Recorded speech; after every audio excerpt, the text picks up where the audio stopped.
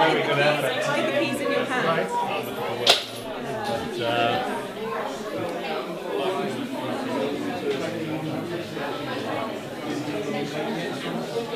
So it's like a tiled wall.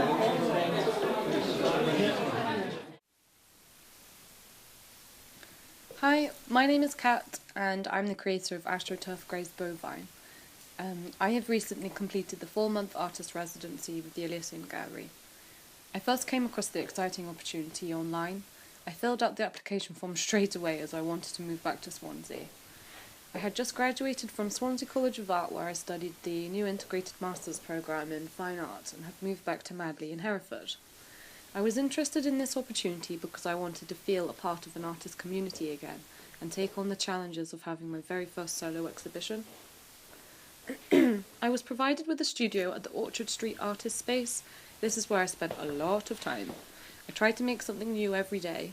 I made so many new friends here, which I think really helped for me to settle in and for me to create my new, very large body of work. It was here where I met with mentors, attended talks and socialised. I filled my space pretty much to the brim with lots of found objects that I had scavenged from Swansea's streets and beaches. I've really enjoyed this part of the process, as I love being outdoors and you never know what you're going to find. But in that, I don't really ever know what I'm going to make, so it's quite exciting. So during my project, I have been developing a series of small and large-scale assemblages. The mixed media sculptures are both wall and floor based. I have been experimenting with creating a vision of a post-apocalyptic Zen garden, creating works from Western consumerist waste with an Eastern aesthetic.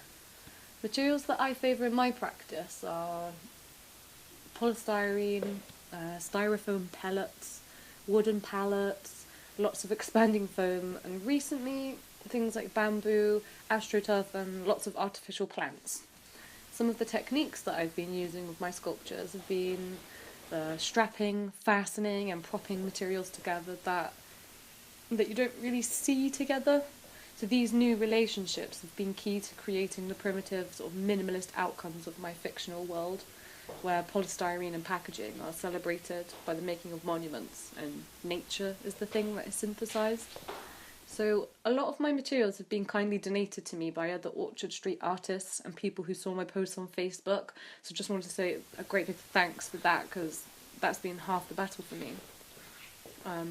I want people to see the excessive nature of the materials and products that we use and maybe try and sort of utilise them for a lengthier time. I know I'm only postponing the inevitable with my sculptures, but we should all try and reuse.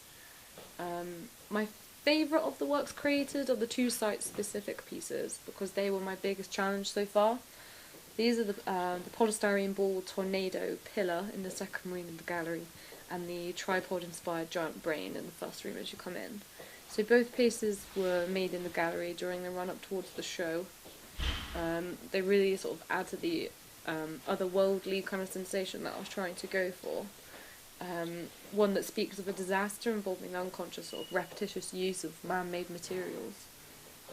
So in my prototype Wasteland, polystyrene balls mutated into like a semi-organic virus which has started to consume the gallery. So the pillar installation was created from just chicken wire, bubble wrap, parcel tape, and many cans of spray foam. So it was really nerve-wracking using the gallery's architecture, as I didn't want it to fail. I didn't want it to cost me more time than I had. So, but at the same time, it was really exhilarating, like working intuitively and like in that location. So, Brains on Canes, the giant brain, is an enlargement of a sculpture I challenged myself to make using only biodegradable air pockets, bamboo canes, and tape. It was shortlisted for the Wrexham Open exhibition, and the larger one is positioned in the gallery to like welcome guests as they enter. With it has like an inquisitive posture, slightly tilting forward. I incorporated elements of seemingly natural elements into the exhibition to highlight the real possibility of future generations sort of having to live in a world full of waste and an abundance of non-recyclable materials. So I really hope you had the chance to check out my show, and if not, there's loads of photos on my Facebook page and Twitter. But thanks a lot.